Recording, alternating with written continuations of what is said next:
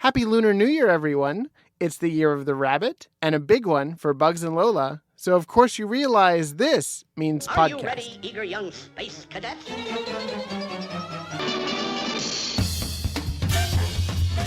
Meep, meep. I saw a pussy cat. Here's the limit.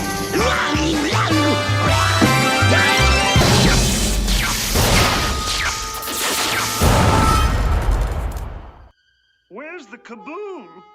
There was supposed to be an earth-shattering kaboom.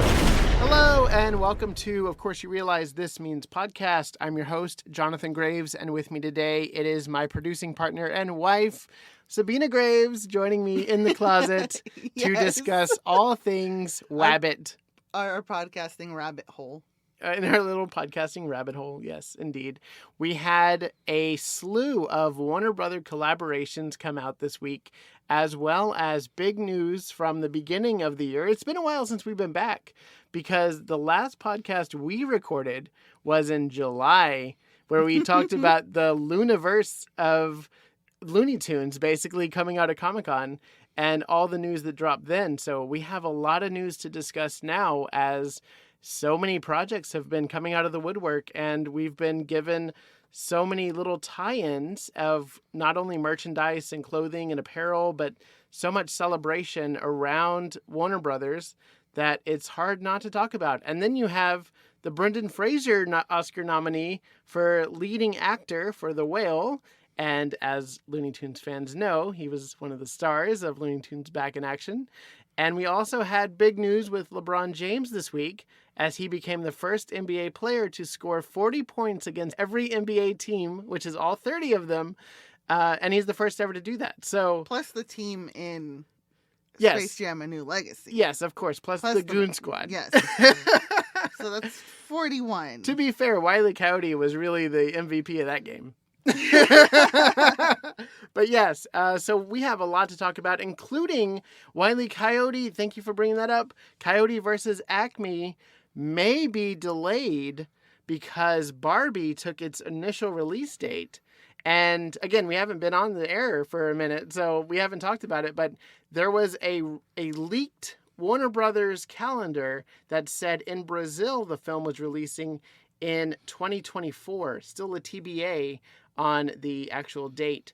So I think, just to get my opinions out there, I think that is, as international releases go, they're usually different from domestic anyway. So that could just be the international release date, and it still releases in November or late 2023 sometime. So that was my take on that. Do you have any opinions on if Coyote versus Acme is coming out in 2024? I hope to see it this year, as has publicly been, discussed as its potential release year. Yeah, I would hope so too. But it doesn't have a release date yet, so that's why everyone's freaking out a little bit.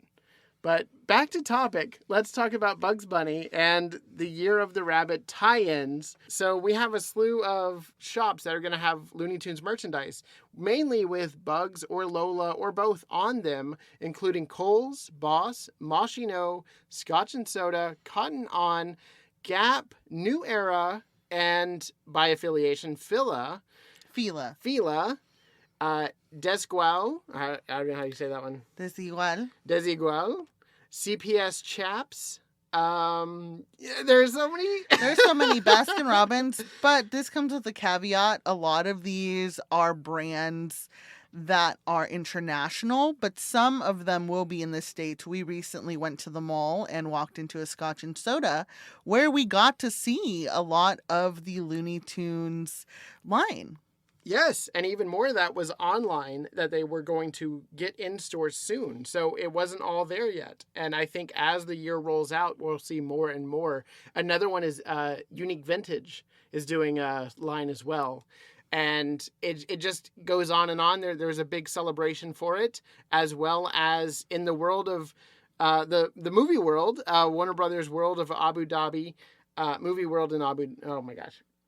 As well as Warner Brothers Movie World in Abu Dhabi. They're celebrating the Lunar New Year with new outfits for the characters to wear. So if you're there, definitely get a photo. Yes. And they literally jumped from their Christmas outfits, which their Christmas celebrations went past the New Year for like a week before switching over to preparations for their Lunar New Year costumes. Yeah, we're a little sore about that topic, and we'll get there. But we did visit Fiesta Texas over the holiday break, and the characters were not out, and the play was not going on. There was a new like Looney Christmas play that they had the characters for, but it was not going on when we were there.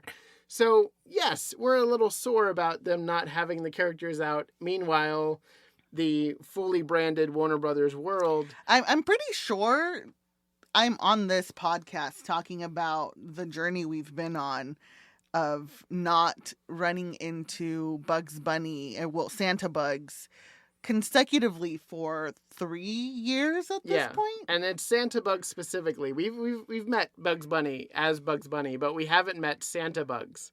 And that is the carrot against your kidney. Like you're trying to find him and he's just elusive. He just evades us. He evades us every year. Every year. Cartoonito is also putting out a Lunar New Year short, which you can already watch. It's a 2-minute short from the Bugs Bunny Builder Show, which is a fascinating look at this celebration. It invites all of the characters to partake in the celebration and has Bugs and Lola underneath the little dragon costume, the parade dragon. And there's a fireworks display. It's really nice. They talk about the foods and the different culture that is represented in the Chinese New Year. And it is wonderful for kids to see that. And I love that they put that out in celebration as well. Oh my gosh, yeah. I thought it was really adorable and, just a way to really invite different people into a culture that is celebrating rabbits this year and what that symbolizes.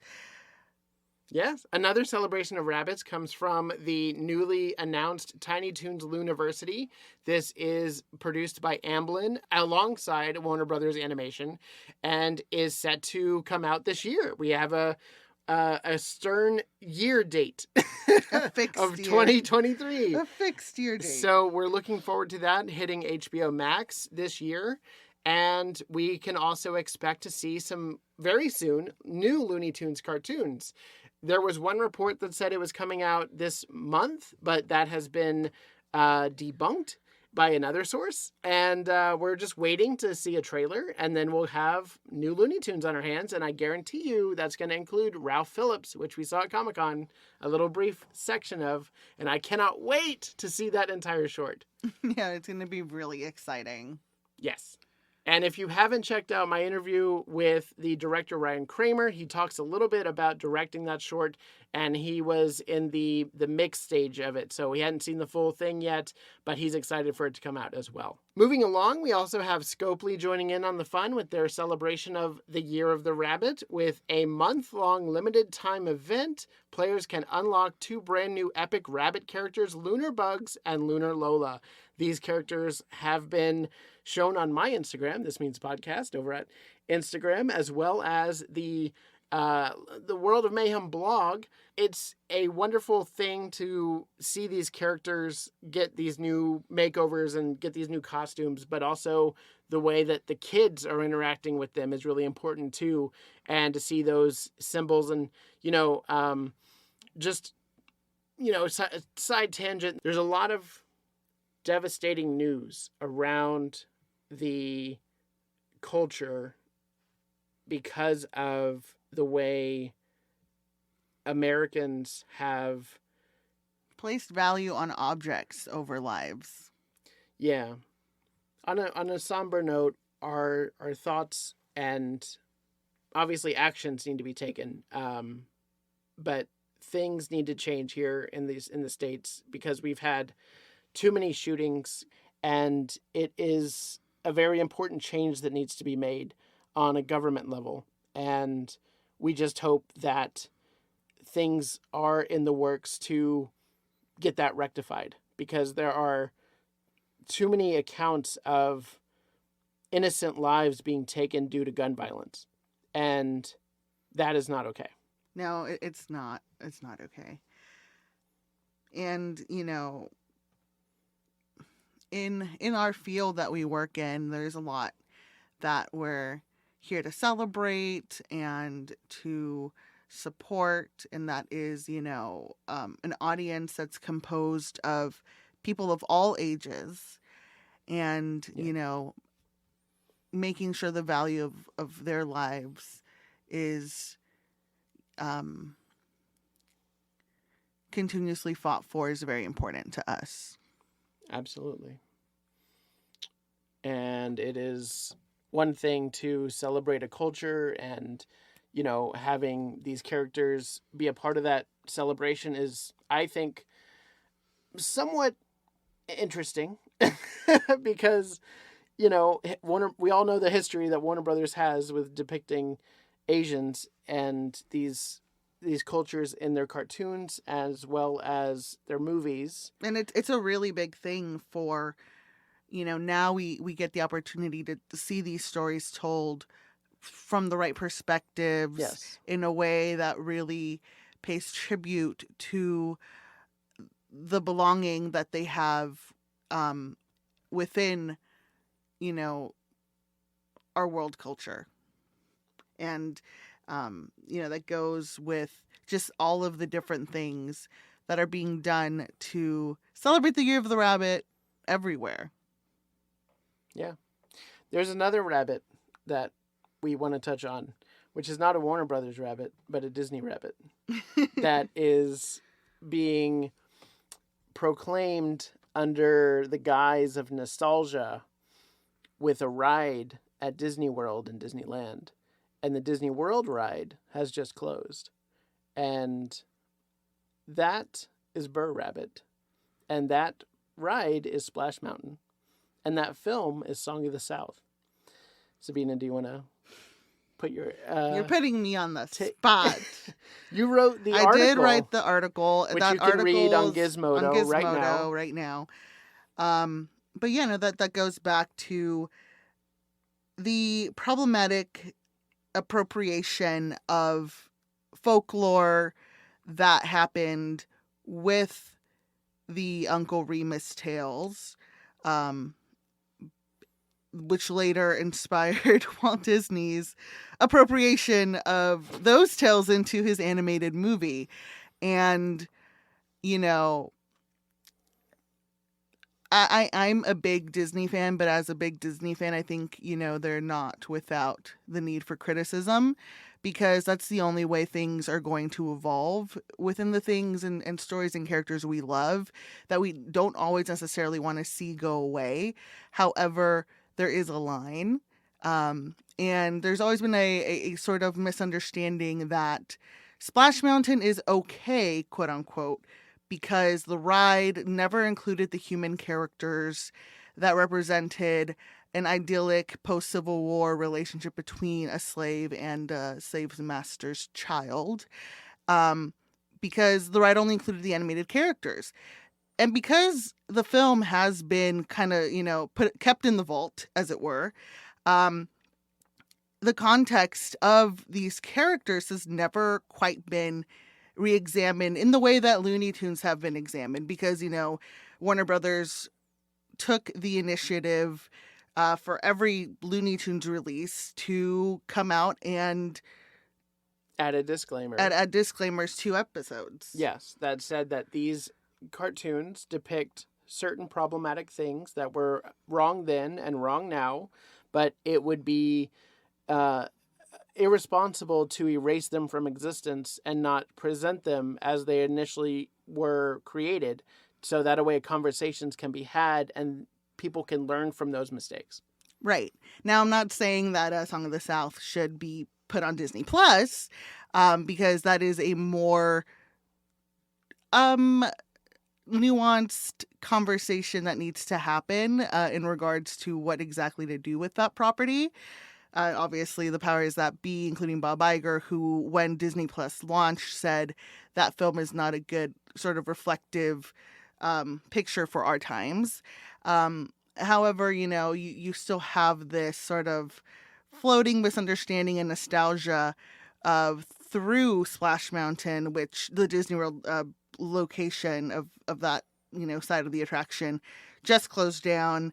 And the one at Disneyland has yet to close down, but it drew out large crowds. And, a lot of people were very emboldened by just the show of support for its final ride. And I think I'm getting a little long-winded here, but basically,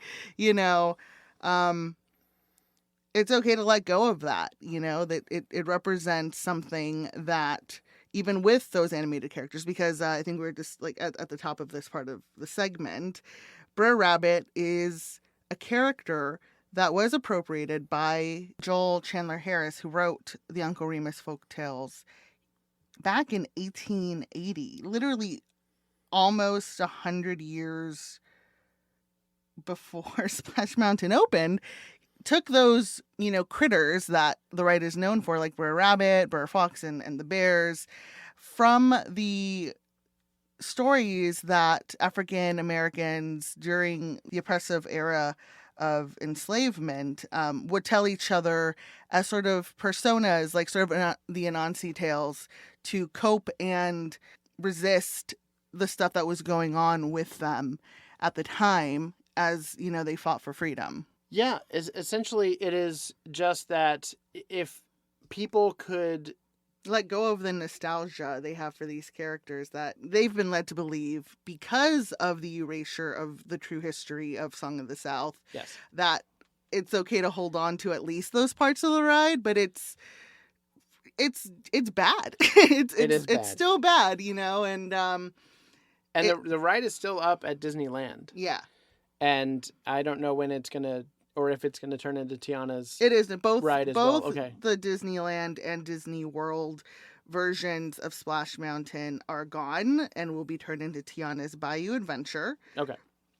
Which is actually being made and imagineered by an incredibly diverse group of talent that went to New Orleans to get to know the culture and bring it into focus for this new iteration of the ride based on a story people wanted more chapters of. Yeah. And that's very exciting. New stories with these characters. They can have new interactions with these Tiana characters. is a princess. She is a chef. She is not a frog throughout this. So, we're excited for this sort of sequel through the ride.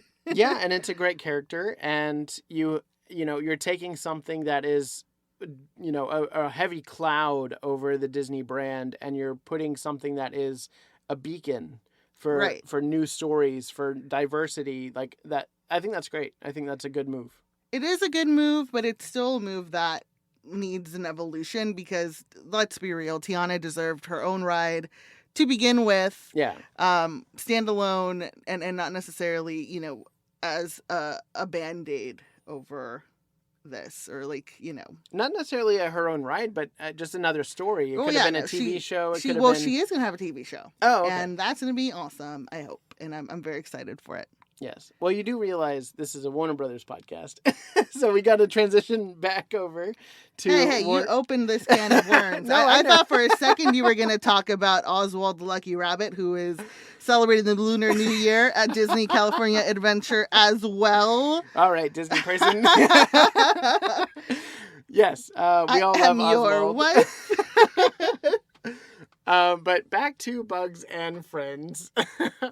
We also wanted to congratulate Michael Rucco and Candy Milo, who both got nominations for Annie Awards, which is the animation awards similar to the Oscars every year. And they were nominated for their work on the Witch Hazel short Hex Appeal, which we saw at Comic-Con and came out with the Halloween Spectacular for the Looney Tunes cartoons segment of that last batch. And it was a phenomenal short. I loved everything about it. And I thought Candy Milo really harnessed her June Foray-isms. And one medium-sized spider. My goodness. What they can't brew these days. Again, made it her own, modernized it, but also just did a really good job of bringing Witch Hazel to life. And, I love the fact that Looney Tunes is still in the awards season, discussion. That's what I love about seeing them in these different shows. We had Eric Bauza at the tail end of last year getting an Emmy nom and then winning his Emmy win for Bugs Bunny, for Daffy Duck, for Tweety, for Marvin the Martian, all of them. And now we see Candy Milo getting praise from the Annie Awards. I think this is a really great thing for Looney Tunes. And, just going forward, I hope that there's still this appreciation given to these cartoons, whether they're a part of Looney Tunes cartoons or something other, like another series or something like that, because we don't know what's going to happen going forward with Looney Tunes as a brand. We know we have some movies that are in the works. We have the Coyote movie, which is supposed to come out this year, but may not. I mean, per the release that I received, definitely we'll be seeing Tiny Toons and more Looney Tunes this year. Yeah. But that could also just mean that whatever I have been relayed information-wise just applies to television. So right. Nothing concrete yet on the movie side. Right. So we know that there are projects in the works. We just hope that they are still given the boost that they need, and they are respectful for the characters that came before, and they're along the lines of like continuing the legacy that they are a part of. So that's what we hope for. Brendan Fraser was also on the Drew Barrymore show, where he talked about Bruce Lanoil, who was the puppeteer from the Jim Henson Company, and so many other wonderful projects, who actually worked on Looney Tunes Back in Action. And Brendan Fraser knew him by name, gave him a shout out. He was the one that had the Bugs and Daffy puppets on set with him. And then he bragged about knowing Daffy and working with Daffy and Bugs. And like, that is just so cool. He never talks about, working on that movie. So for him to acknowledge it in that way, I thought that was really cool. I shared a clip of that on the Instagram, which you can check out right now. It helped so much for your eye lines. You don't have that. I'm looking at a piece of tape on a tennis ball. Right. Kind of feeling. You can interact with one another, which made perfect sense. And, also, I have bragging rights to having worked at Daffy Duck properly in the flesh. Yeah. And by the way, Daffy is a real jerk, I'm telling you. Well, Bugs, on the other hand, he's the Iceman, seriously. I love Bugs. I'm tight with Bugs, Dude, I raised my... He really is a good guy. People go, what's he really like? No, seriously, he's a good guy. I raised my kids on Looney Tunes, and I feel very strongly... That's what made me want to act. I think everything you need to know about acting, you can find a lesson for in a Warner Brothers cartoon, particularly by Tex Avery. I think that's all of the news. That was a lot of news. That was a lot of news. But let's go into our review of Six Flags Fiesta Texas. No, we are going into our holiday. I know the podcast has been sporadic in the past few months. However, we did do a good share of adventuring in the name of Looney Tunes. We did. While we were in Texas, we made a trip out to San Antonio, where we went to my childhood stomping ground, Six Flags Fiesta Texas, where I was for sure that we would see the characters in their Santa costumes. Yes, because Christmas every year that we have tried to see the Looney Tunes in their holiday gear at Six Flags Magic Mountain, we don't get to see them. There's the holiday in the park where we drove past Bugs Bunny as he turned his little tail in his Santa suit and went off stage. And then there was the year after that when we attended the media preview event of Holiday in the Park, or the opening night of Holiday in the Park rather, and Bugs and Daffy were out, but not in their holiday gear. Yeah. And so Jonathan would tell me at the end of each one of these, like, it's not like Texas where they're over there. That's where you can go there and see them in their costumes. And we always knew that whenever we were going to visit family during the holidays, that we would try to experience Holiday in the Park. And the slight caveat to that is my memory of Texas Six Flags is Astroworld from the 90s up until I left Texas, or I left Houston rather, in 2004. and my memory of a child, again in the 90s, going to Fiesta Texas. So I thought nothing had changed. Boy, was I wrong. So much had changed. And even though the Wile E. Coyote Roadrunner Railway, the Roadrunner Express, was still there and still a fun ride, they had removed Wile E. Coyote from it. There was the outline against, like, some of the rock work. Yes, I do not line up for an outline of a character. I line up for the character. And anyway, so back in the 90s, they had these, it's kind of like the goat, going back to Disneyland, it's got like the goat at the Big Thunder Mountain, where if you like look to your right as you're going around a turn, you can see this goat next to a rock. Well, you could have seen Wile E. Coyote next to a rock, but he was prepping an Acme device to try to catch the Roadrunner, and you would hear these zip, zap, zooms as he was firing off these Acme products to catch the Roadrunner, which you were as a participant in the ride vehicle. You were the Roadrunner. We were not beeping, y'all. It was just so disappointing to see this ride just decay and not have the same magic that it had whenever I was a kid. But then, I still had fun with it, though.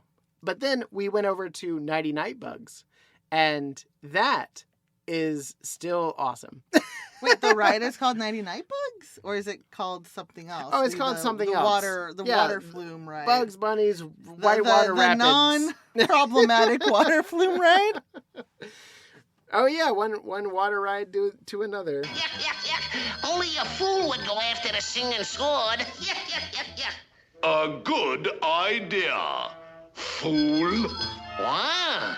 Unless you bring back the singing sword, you will be put to the rack, burned at the stake, and beheaded. Beheaded?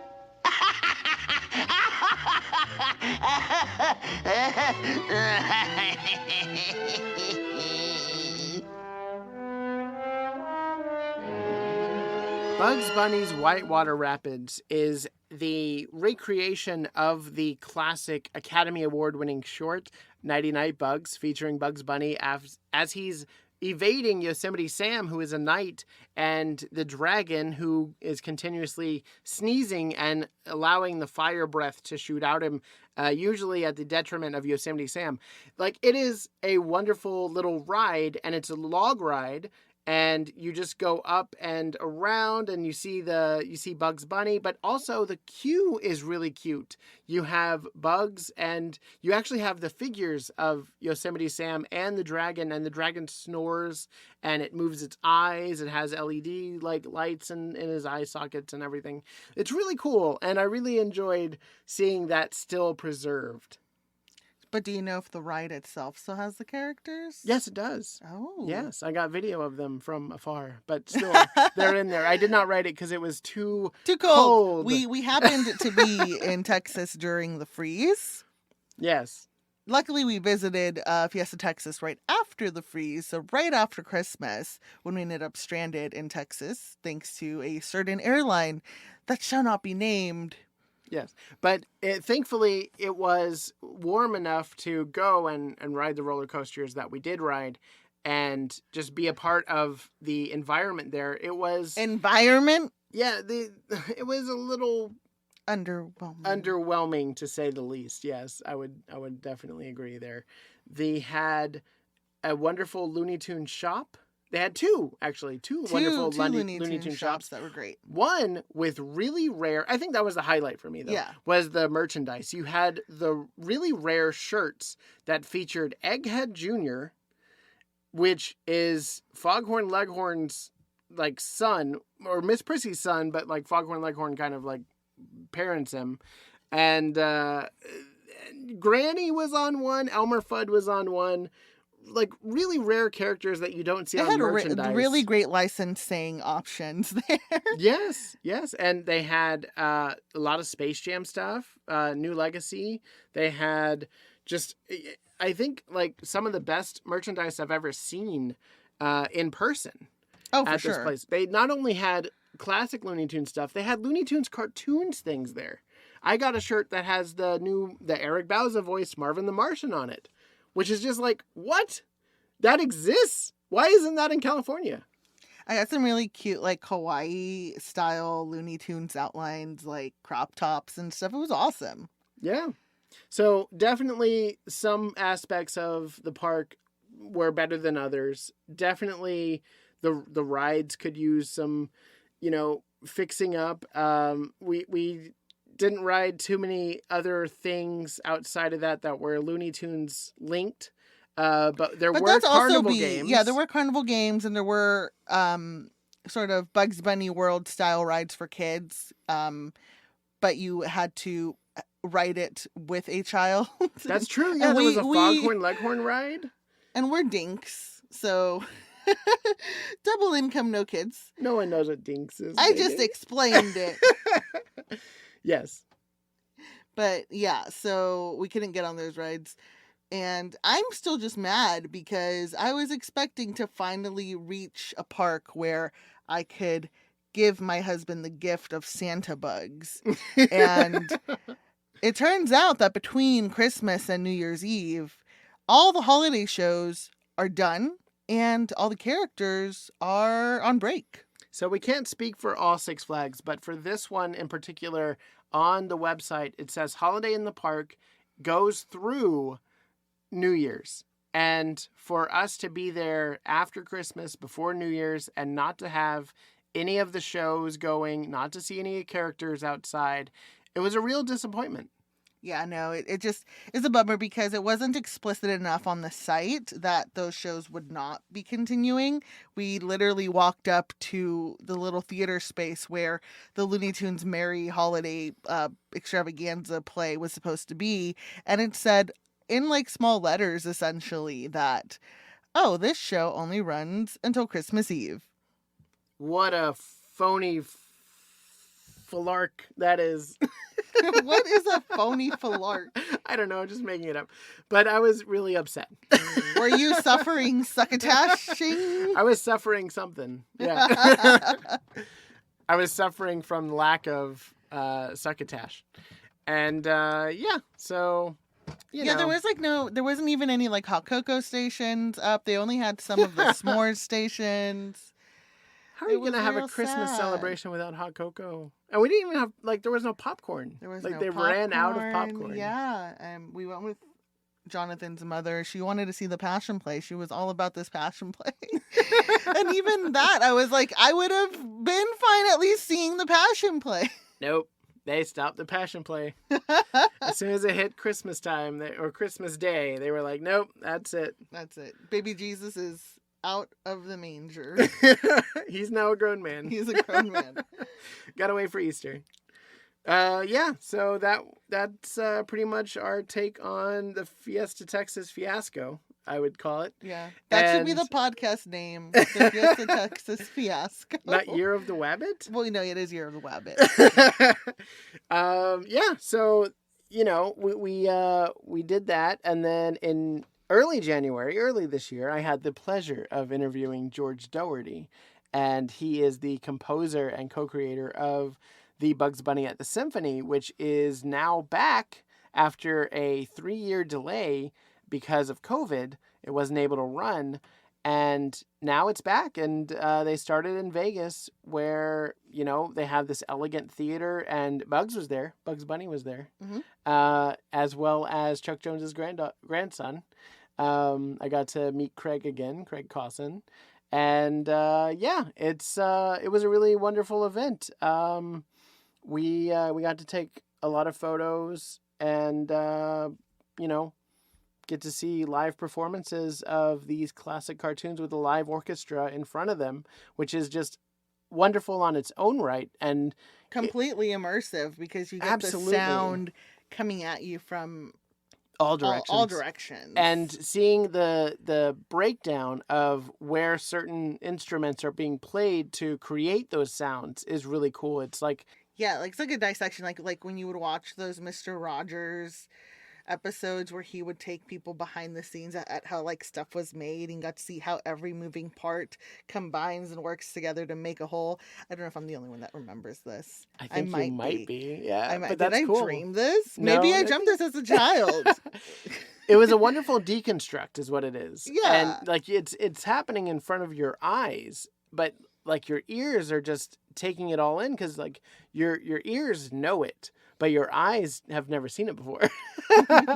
So that's the really fun part of that. And they also played 3 of the more modern from the early 2000s 3D animated Wile E. Coyote Roadrunner shorts. Which I really enjoyed because, 3D animation for me or CG animation for me is very tricky for me to really get into. Yeah. But they did a really good job of still embodying the iconic look of the characters in that medium and telling very breakneck and fun on-brand adventures between the two.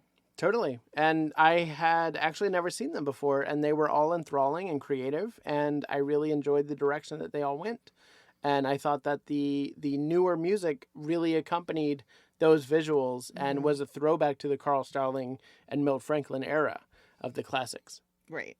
So you have that, and that was wonderful. And then you had Dynamite Dance from Looney Tunes cartoons, as well as the Wet Cement short with Porky and Daffy. Mm-hmm. And those played so well with our audience. There was actually a kid behind you during the Dynamite Dance that you enjoyed. it was awesome. And then obviously they have all the Wagner classics.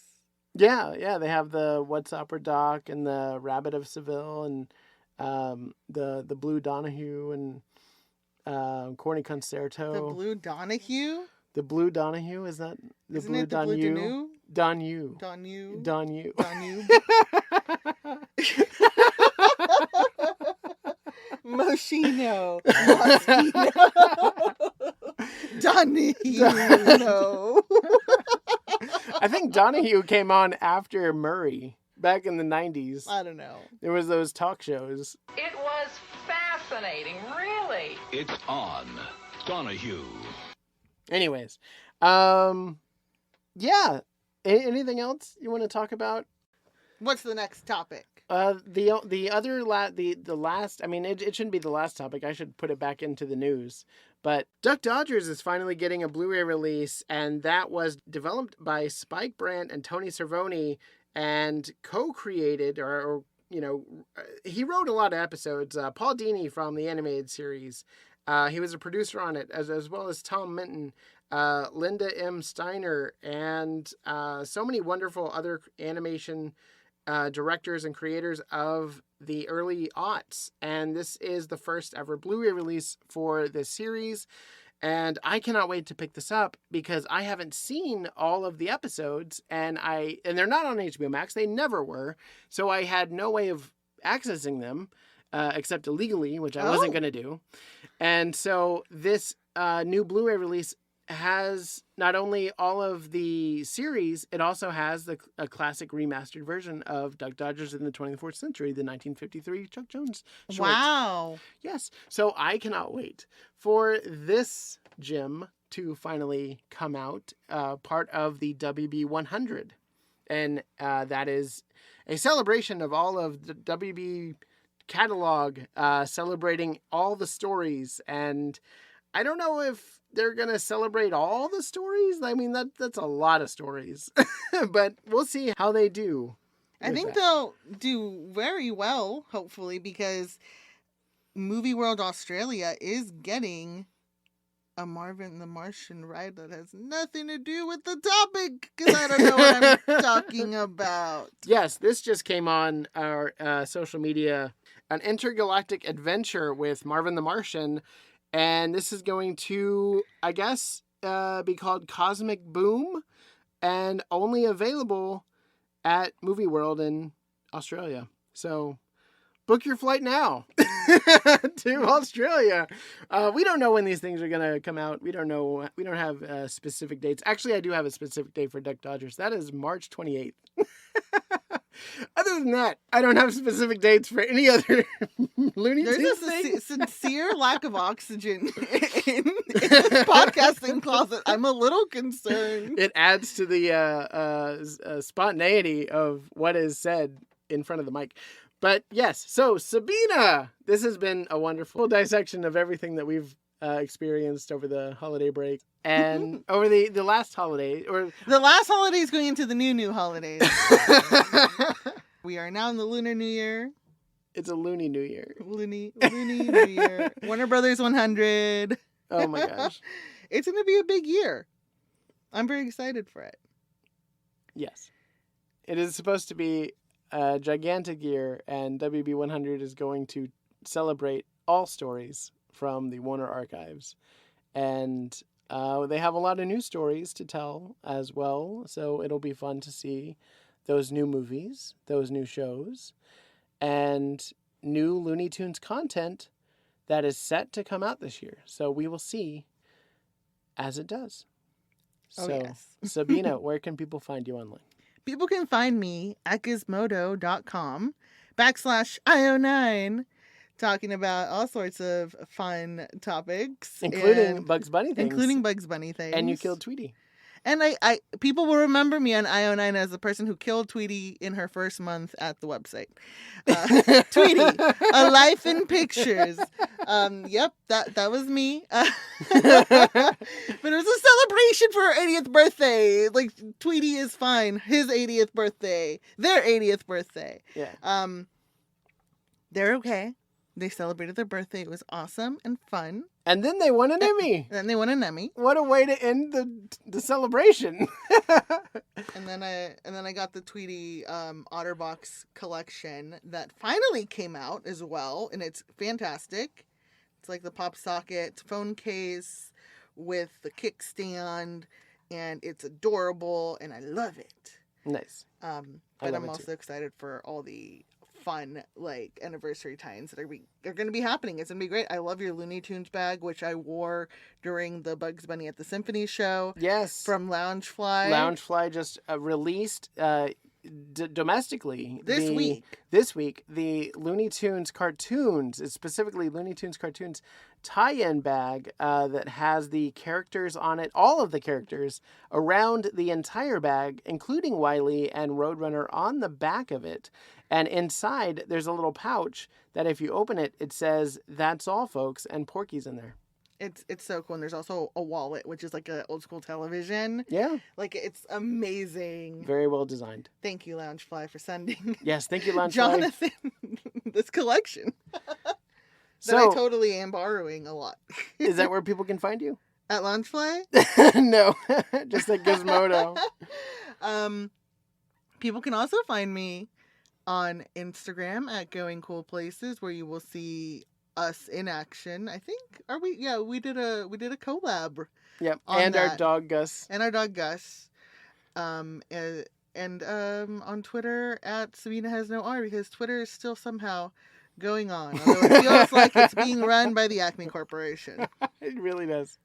You can follow the podcast, but before you do, like and subscribe to the show if you're not already. Follow us over at Podbean. Follow us on Instagram at This Means Podcast. Follow us on Twitter at OFC This Means Pod. And Facebook, This Means Podcast, for all the news and all the art around the world that is celebrating these characters as they are celebrating 100 years for Warner Brothers, but also they're doing a really cool thing. Funko is doing a tie-in with Scooby-Doo in their latest Funko release, which we saw in stores at Hot Topic. These mashups are awesome. The mashups are on point. Taz is Scooby is one of my favorite mashups of all time. It's just his necklace, like where it's just the collar, like over and over and over again. It's really cool, really well done. You can also support the podcast over at patreon.com/This Means Podcast, where you can unlock exclusive content, including more shows that are not released on the regular channel. I also have an Etsy where I'm selling stickers for laptops, and in case you have a broken mug, you can fix that broken mug with a sticker. Whatever you want to use stickers for. Totally not brought to you by Acme. Totally not brought to you by Acme, but it is brought to you by Acme. And again, if you want to support the pod, there are new and exciting ways to do so. So look for those across the link tree. And I've been your host, Jonathan Graves. Sabina's been my wife. For 5 Sabina years. Graves.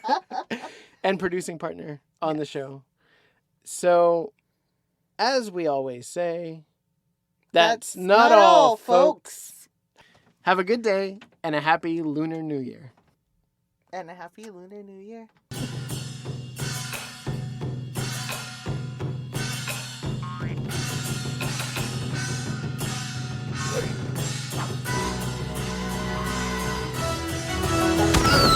And before I go, I had a birthday celebration as well as the holidays that happened over the last couple of weeks. And I wanted to give some shout outs to some of the fans of the podcast. That would include Dan Sinker, who sent me a really cool archived interview with Friz Freeling.